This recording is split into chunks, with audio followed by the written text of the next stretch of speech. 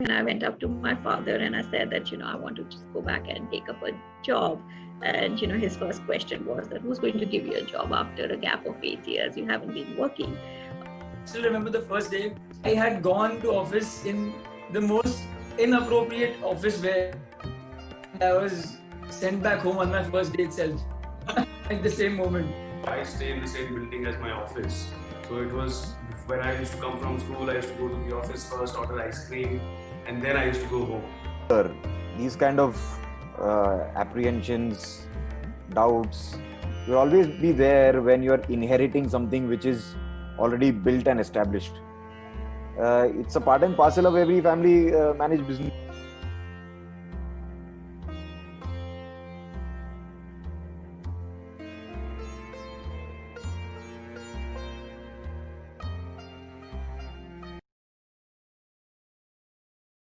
Hi.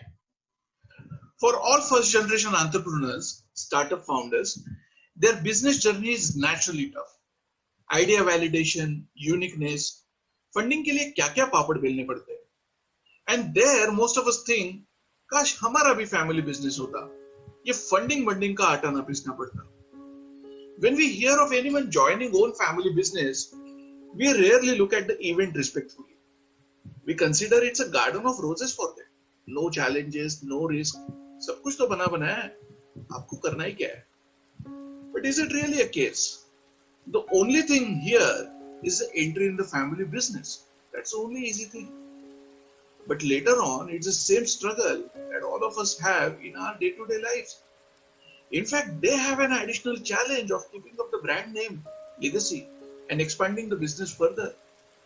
Today, we are meeting 4 such entrepreneurs from the tourism industry who willingly decided to be a part of their full-fledged family business. Let's speak to them to understand how is their entrepreneurship journey so far.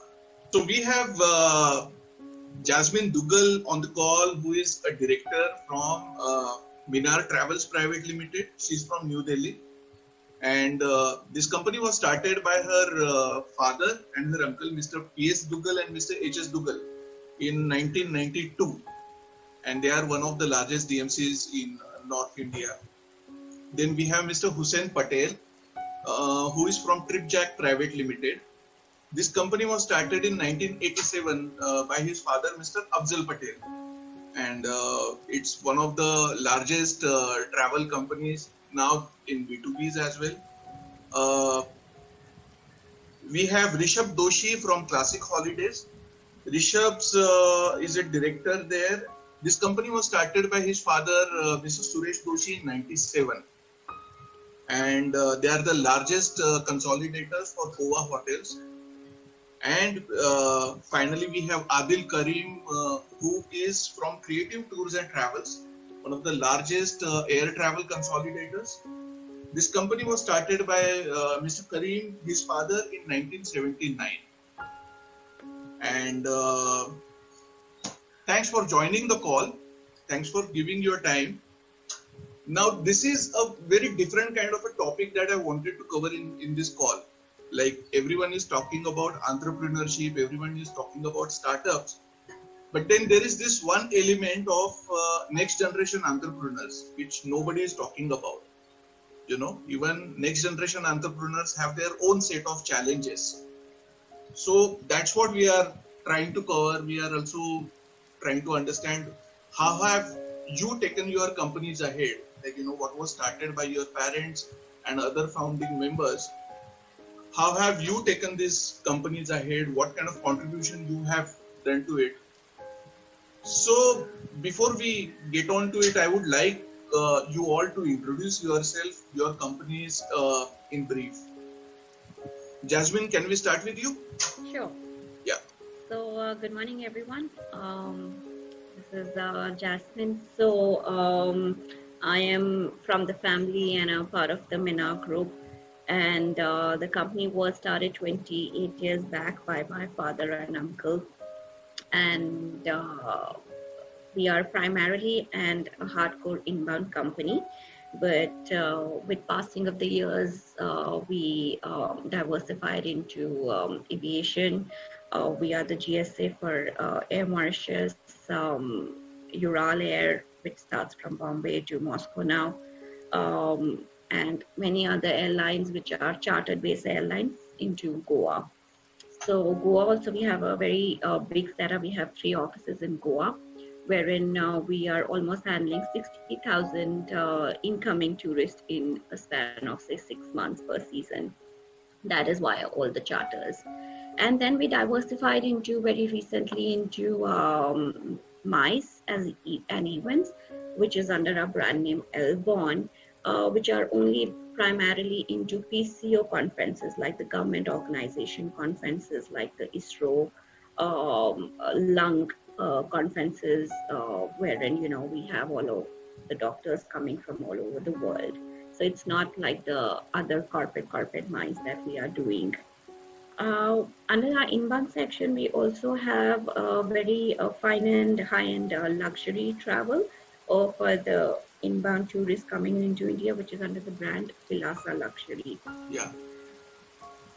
So Hussein, coming to you, can you please introduce Atlas and TripJack Private Limited? Yeah, absolutely. Good morning, guys. So, Atlas was founded by my father in 1987. We started off, we had a very humble beginning as a ticketing and Hajj and Umrah business. We were market leaders in that business, of course. So, we moved strength to strength to build one of the largest B2B consolidators in India with major focus in the offline ticketing space in Western India. I started early on working part-time and post-college hours. I used to start working from office. So in the mornings, I used to go to college, of course, and later in the day, I joined work. So when I started, we were a 5,000 plus agents business. We used to manage about 5,000 agents, and the primary focus was in western part of India. So we were constantly ideating that how do we bring a disruptive change in the industry. The business was moving online. We wanted to pursue that business since a long time. And finally in 2012, we launched our B2B travel portal.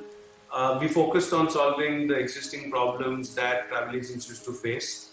We wanted to build something that the customers wanted. And since then, to be honest, by God's grace, we've been accepted with a very warm welcome in the industry. And I'm proud to represent one of the largest networks in India today. Great. Rishabh, coming to you. Hi, good morning, guys. So my name, of course, is Rishabh Doshi, and we have 2 brands under our company. One is Classic Holidays.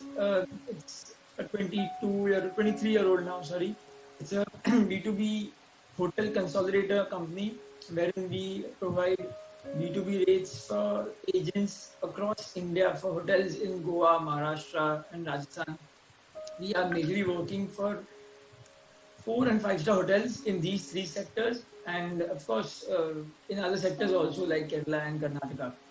And we started off with our online system in 2013, which bombed really badly in a year. And we went back to the table, we worked out things, and then in 2017 we came up with TripMax, which is a B2B online hotel portal where you can book hotels online, obviously. And this company was started by my father 23 years back in 300 square feet office, and today we have grown to almost 5 offices in Mumbai and 2 in Gujarat. So apart from this, we are also now in the future, we are planning to get our own hotels online on TripMax, our own contracted hotels. So that's the next challenge once we are back to office in this pandemic. Thank you. Okay. Adil? Thank you, Pankaj, for having all of us here, and good morning, everyone. So, like everyone, this company, Creative Tours and Travels, was also formed by my established and formed by my father in the late 70s, in 1979. At that point of time, we started off as a visa issuing agent. My father started off as a visa issuing agent, and we used to do small kind of manpower recruitment services as well. And then by 97, we got our first IATA accreditation. And from there, my father started off the identity in the travel trade. So initially, we started off with a 10 by 10 foot office space, and today we have around 18 locations pan India with 9 IATA locations across different states. Later on, when I came on board in 2013, uh, you know, till the time I came on board, we were considered to be one of the leading airline consolidators. Later on, when I came on board, we ventured into different travel verticals like holidays, MICE, and corporate movements. We also established ourselves as a DMC. DMC means a destination management company in the B2B module, especially for states like Kerala, Karnataka, and Tamil Nadu. So this is where we are standing as of now. Great. How was this decision taken? Like, was it a natural choice of joining the father's business, or it was forced upon you? Hussein? So I started working on my own, to be honest. I wasn't pushed into the business. But I had a great liking for the travel business right from the beginning. So even in school, for example, so I stay in the same building as my office. So it was when I used to come from school, I used to go to the office first, order ice cream, and then I used to go home. So, I used to see my dad working, meeting so many people and, really interesting topics. And I used to sit with him a lot of time, and he used to tell me a lot that this happened. So he kept me engaged right from the beginning. It was very natural for me to get a liking for the industry overall. So the more I attended office, the more I got attracted to the industry. And it's really important to love what you do. And I love my business, especially the technology which has helped us in reaching to so many geographies that I had not even imagined. So definitely it was my own choice. Great. And Rishabh, for you? I'm going to be honest. Back in 2010, when I started, my father asked me if I wanted to join the office, and I was pretty nice, and I said, yeah, okay, I'll join, because I was anyways not doing anything great, and I was in college that time. And so he asked me to come to office, and I went to office. I still remember the first day. I had gone to office in the most inappropriate office wear. I was sent back home on my first day itself at the same moment. So, but yeah, the more I went to office, the more I started liking the job. And today, I think it's become one of my greatest things. I actually look forward to being in office, and not being in the office, it's really eaten me up from inside. And not because there's no business, but I'm so used to being at my desk and loving what this job does to me, that I can't stay away from it. You can say I'm addicted, but in the Nice. Adil, how was it for you? I mean, you can't say that we don't have that culture in our family to be to be forced to do something. It was never a force. In fact, I had a choice to pursue my career as a pilot since I had done my commercial pilot training, and initially I had planned to work for some years and come back to our business. But fortunately or unfortunately, it did not happen due to certain circumstances. And at the back of my mind, I always knew that I had to be a part of this industry or this business, since we have grown up with this, as Hussein said. And it has always brought some kind of excitement and interest in me to be a part of this industry, because we are exploring the world in every sense. We are learning about new destinations, meeting different people, learning new cultures, etc. So yeah, I always wanted to be a part of it. No force from anyone. No force. Jasmine, do you want to add anything to this? Just that it shouldn't come out that I was being forced into it. I think I've been 5 years in the organization, but now this was something that my father also wanted me to do. when I completed my college, he wanted me to go out and study and do a nice course in tourism and then come back and join them. So this I'm talking way back in 2005. But I realized it that had I taken this decision probably at that time, things would have been very different.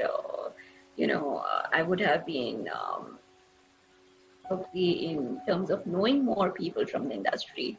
But nevertheless, whenever you started, it should be a good start. Yeah, it's never late in life. Yes, It's just important to start things. yes. Great. Now, when you work with your parents, there are two set of generation. A lot of people get to see. The staff working in the office, the staff who is working right from your dad's time, your father's time. Okay, then you have your clients who are working for long. You have vendors who are working for. Did you experience any kind of ways where you were compared with your father when you were running the business? Yeah, so I'm super proud of what we've achieved so far and can only see us growing and moving in the right direction. So I had the liberty of creating my own team right from the beginning, which is why I wasn't being judged by my other colleagues in the organization. And besides this, we are focusing in a new line of business of taking our company in the online space, which was a need of the hour, and most people encouraged me in the organization and supported me in every way possible. I personally feel the whole industry has been changing so rapidly that every year that there is a need to constantly evolve and adapt to a better sustainable model. As long as I believe that we are in the right direction, I usually don't pay attention to what people think and they have to say. I suggest that everyone should do that, believe in yourself, follow your dreams. So we do listen, of course, I do listen a lot. In fact, I love taking feedbacks and opinions do matter. We have a lot of conversations internally about the new trends, and there's a lot of learning and a lot of information sharing which happens, which is great. But at the end of the day, you can't listen to everyone. You do what you got to do and you move forward. Right. Right. Nicely said. Rishabh? Yeah, I think my company actually has a lot of people who have been working since almost 15 years now. So you can say almost after my dad started. And earlier on, I would say that you have to make them get along with you. That I thought that I'll have to be forced to make them get along with me so that we can run as one engine, as one team. But then they were also very, very accommodating, and they understood that I was new to this, and I would actually credit a lot of my growth to these guys in the company. They've taught me a lot. They've also guided me through a lot in the last 10 years. So yes, as Usman said, that there'll be a lot of people comparing you on the outside, but I don't think that should matter. I don't think that is going to change the way you work a lot. So comparisons will happen. I mean, comparisons will happen every day, now, before, and after today also. But I don't think a lot of this should affect you on the way you work. Also, because if your base is strong, if your values are strong to what you have been taught by your father or by your teammates who have been working for so long, you know that you are in a good place. Right. Adil?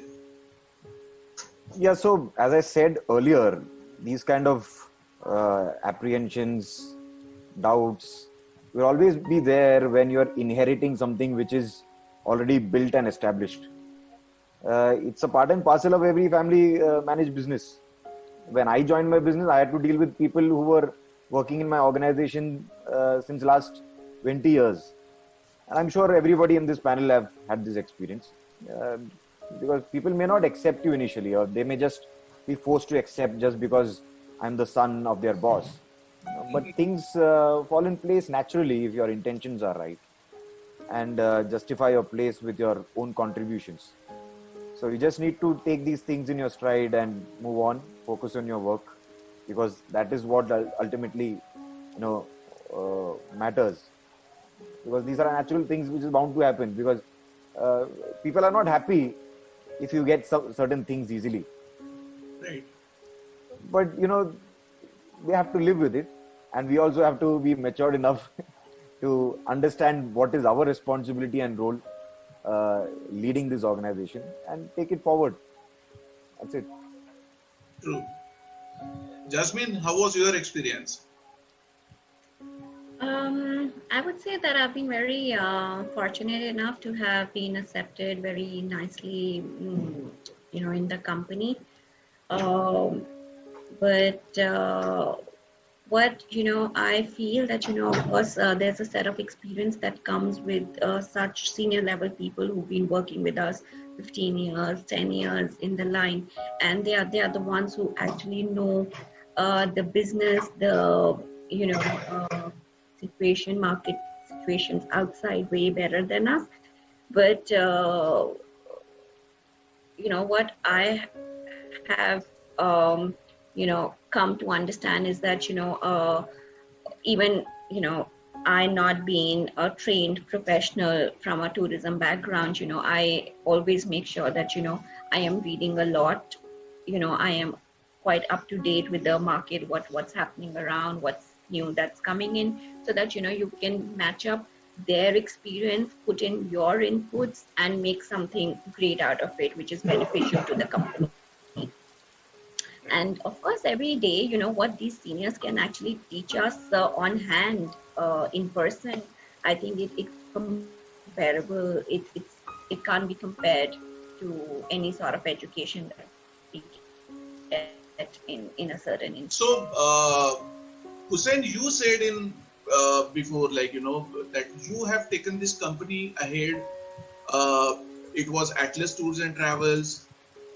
You had 5,000 B2Bs and plus other set of B2C clients as well. But then after converting it to a TripJack, a pure B2B business, and now you have 25,000 plus B2B agents working with you on day-to-day basis. Okay. So that's the story of Hussein, that's his growth story. Adil, what would you like to talk about yourself? How has your contribution been to the business, to Creative Tours and Travels? So when I joined in 2013, we were purely a consolidator in air tickets. We were not much diversified into other verticals. In fact, travel industry as an industry, a lot of verticals which we can cater to. Mm-hmm. So our core team had a initial discussion. We managed to have a initial discussion and decide on the way forward. That's when we decided that we cannot just be stuck with one product offering. We need to diversify into different verticals like leisure travel, MICE, corporate travel, pilgrimage travel. We were already doing some kind of pilgrimage travel like Ziyarat and Holy Land and Umrah for Muslims and Christians. Mm-hmm. So we were quite good in that vertical, especially from the south, because south is our major market that we mostly focus on. So that vertical was already there. Then when I came in, we started off with the leisure department in every branch location that we had. We had a department for the MICE, for leisure. And then we also started off with this DMC division for South India, which really grew well. We had sales representatives pan-India, and we managed to have around 3,000, 4,000 agents in a span of 3 years, which was a completely offline, traditional way of doing business. It wasn't online at all.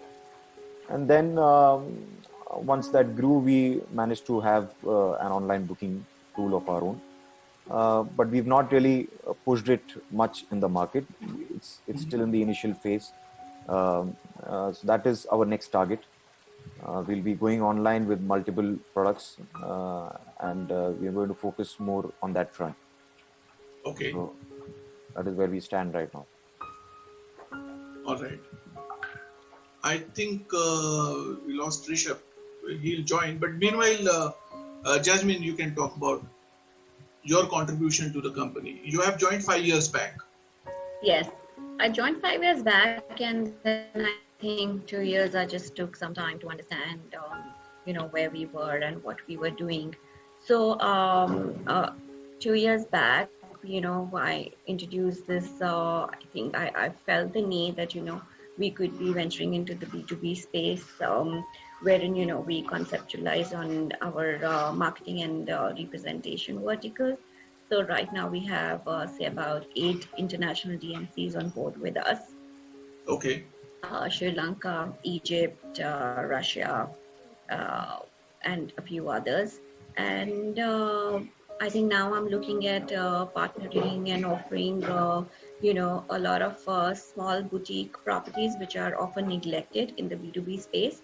But, I think now is the time wherein, people will actually want to get into holidays which are, small, unique, not very cluttered with crowds around.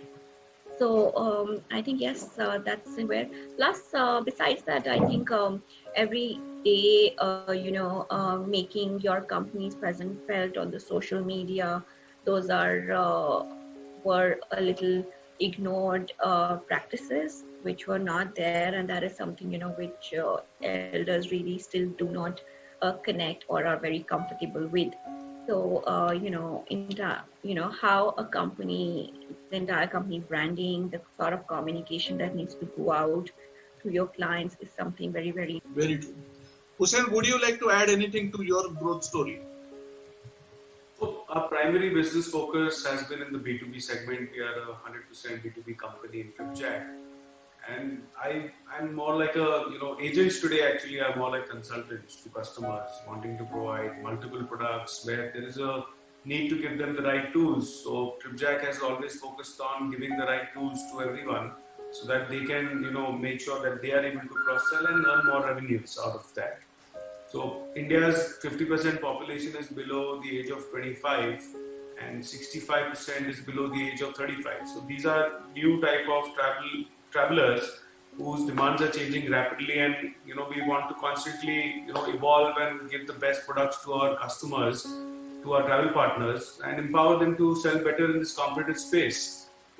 So we've always focused on creating more opportunities for travel partners, grow their business, and the customer obsession has been the major point for us. We focused on that a lot, and we've achieved what we've achieved today is because of our travel agents. So our marketing and sales strategy has also been present to, we are present in almost all the road shows and events as much as possible to get and be as close to them and get the valued feedback that they have for us. So, as I said, when I joined in 2010, the number of hotels that we did at that time and the number of hotels that we do today, I think it's been a journey, and we've tried to add more and more hotels. We've tried to repurchase more and more hotels. Also, with the whole B2B online portal, which we tried starting in 2012, it didn't work out. We again went back. So there were a lot of back and forth when it came to that, and finally we launched that 3 years back. So that was one big change in office that I would say that we did 3 years back by starting TripMax. And I think we had to go online because the whole world is now going online. And also, as Sanbhai rightly said, that our agents actually are our eyes to the world outside. So whatever their clients require is what we have to deliver, and that's what we are trying to do on a daily basis. Great. Now this brings us to a last question of the session, and that is obviously about the COVID-19. Probably this is the first time that we all are experiencing a situation like this, a lull in the business, a big time recession, where we are forced to be at home, working from home. There is pandemic, there is a fear outside, a total chaos. So, first of all, how do you look at it as a person? Number one. And number two, what is the best piece of advice you have received on this situation from your parents, who have been in the business for long, for more than 20-30 years now? And they have seen situations like 9/11 happening, they have seen Ebola, they have seen the attacks on Mumbai and various other things which caused a recession in the business. So again, coming back to the questions, how do you look at it yourself? Hussein, starting from you. So the price of success is hard work, patience, and a few sacrifices. And this is the time that we all need to keep some patience. That's what I've been told, and I've learned that, to be honest. And there are two types of people in this world. There are people who, watch things happen, and there are people who make things happen. I'd like to be somebody who like to make things happen. I feel that due to this pandemic, there is an opportunity to rebuild travel and do it better. While anyone is growing, they tend to make decisions fast and sometimes, which leads to an increase in unnecessary costs. So it's really important to identify those costs, bring them down, and your overall recurring expense should be at a doable level. Technology adoption, I feel, in companies should be looked upon as an investment rather than a cost. And that's going to really help them to increase their business, and the fruits will be seen in time. So I highly recommend everyone to invest in the right tech platforms and bring in the needed change and automation in their business. We do have a robust API to power your online business and help you achieve your financial freedom. Okay, thanks. And that's a really good advice that you got from your father. Adil, coming to you. On the similar lines, nothing different. But of course, yes, nobody can deny the damage this pandemic has caused to each one's livelihood, especially our industry, which is the first to be affected and the last to recover. But having said that, it's a great opportunity for most of the business houses to look back and introspect on their mistakes. Look at their pain areas. How are these pain points affecting their P&L? Reduce their cash burns, and come back in a much more efficient and restructured manner once the business starts like the pre-COVID days. So the advice that we all are getting from our seniors is to just hang in there, focus on new products that you can introduce and develop post-COVID, and how efficiently you can offer it to your clients, reduce your overheads, and you'll all of a sudden you'll find a sudden spurge in travel requirements, because in today's times people they don't understand the concept of saving and keeping the money with you, because they just want to live life on their own terms, enjoy the world, travel around, because yes, as rightly said by Hussein, we have a very young population and a very evolved population. So we expect a sudden spurge once things comes back to normal. So there's nothing to be disappointed. You need to just be patient and hang in there, and things will be the same like the pre-COVID times. Yes. Rishabh?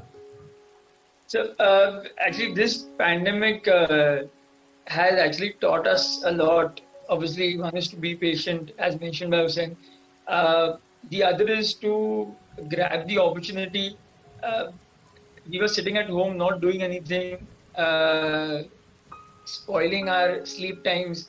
And then one of the things that we did in this pandemic was we started a few webinars with these hotels in India that were looking to come up and come out stronger after this pandemic. And we actually did a very good thing by doing these webinars, because we saw the fruits of it in the month of June when we opened up for that brief period for those 20 days when India opened up for a few days. And when there were hotels like Marriott who came up with the Save Now, Stay Later offers. And that actually helped us to show agents what all we do. And we did almost 2,500 room nights in that month of June in this pandemic, which is, we've never done this even when things are normal. So um, uh, you can say it was like a jack in the box reaction. People were so bogged down in till the month of June, and they just wanted to go somewhere, or at least plan to buy their holiday, and then they can go next year also.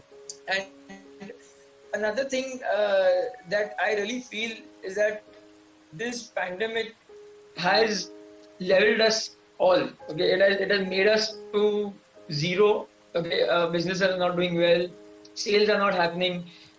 So to look at it at a positive manner, you cannot go down from zero. You can only go up. So things are obviously better for us in the future, especially for the travel market, because as Adil and Hussein said that we have a young population. People really want to go out. They've been stuck at home for the last 4 5 months, and they really want to come out and travel. If not for more days, at least for 3 4 days. And I think that is what we can look in the near future. So I really feel that our future, the travel market future, is going to be one of the best. 2021, I really feel is going to be one of the best years that we'll have in the last decade or so. Also, we have seen this pandemic for the first time. Our fathers have seen such a pandemic for the first time, because there was no pandemic since the time we started. And but to see the way my father and of course everyone on this panel they've handled this has been something that has been really great, because a lot of people can go chaotic in the head when they don't know what to do when your business is shut for 5 months, and looking at the market where people are being laid off left, right, and center, businesses are going down. So I would really say that the experience that after the past 23 years is what is keeping us afloat in this pandemic, and of course in the near future also. So I really feel a lot of credit should go to the experience that our fathers have been having since this last so many decades or so. Thank you. Basically, that's a benefit you gave, while you Yes, it is a benefit that we actually we have, and I mean, not everybody can have this, and we are the lucky ones that we have this, and we actually for this we really feel great that we have this. Right. Jasmine, what do you think of the pandemic? I think yes, 100%. This is something which not even our fathers have seen. I think we have seen what plague was. When it hit the entire inbound market, when India was hit by something called as plague in, I think, 1994 or something like that. And then there's been these Mumbai attacks, the 9/11. So yes, a lot of unprecedented situations have come up, but yes, absolutely nothing like this that even my father has ever seen, for that matter. But yes, I think the call of the hour is to consolidate all your resources. Strategize your operation cost, wherever we can go Low. them. But yes, to have all your people together, because laying off people is super easy. And that is what, all these, the OTAs or the other corporate houses, the travel corporate houses or the MNCs have done. We've been hearing it all loud and clear. But, I think that is actually the foundation of companies like ours, which are owner-driven, owner-operated, wherein the personal involvement is always been there. So, like as a mentor or as a boss or as just being someone who is emotional to the company, from the scratch where they started and have reached this level today. That was a wonderful take on this pandemic and the advice you have received from your parents. As I said in the beginning, the purpose of this call was to understand the challenges the next generation entrepreneurs faces.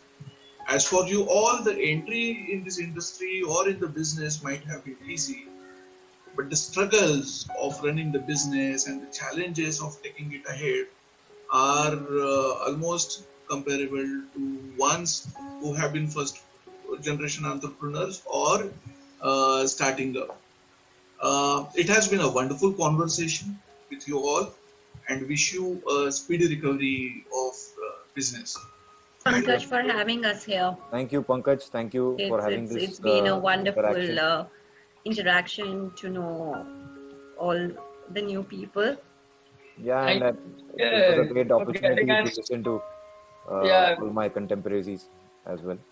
And thank you for getting us on a panel. Like we actually haven't spoken to each other since a long time. It was a good, so a good way to. Of a different level. Yes. Thank you, Pankaj. Thank you for having us. It was a good time that we had, some good conversations. Look forward to talking to you soon. Thank you. Thanks a lot. Bye. Bye. Yeah. Thank you. Bye. Bye-bye.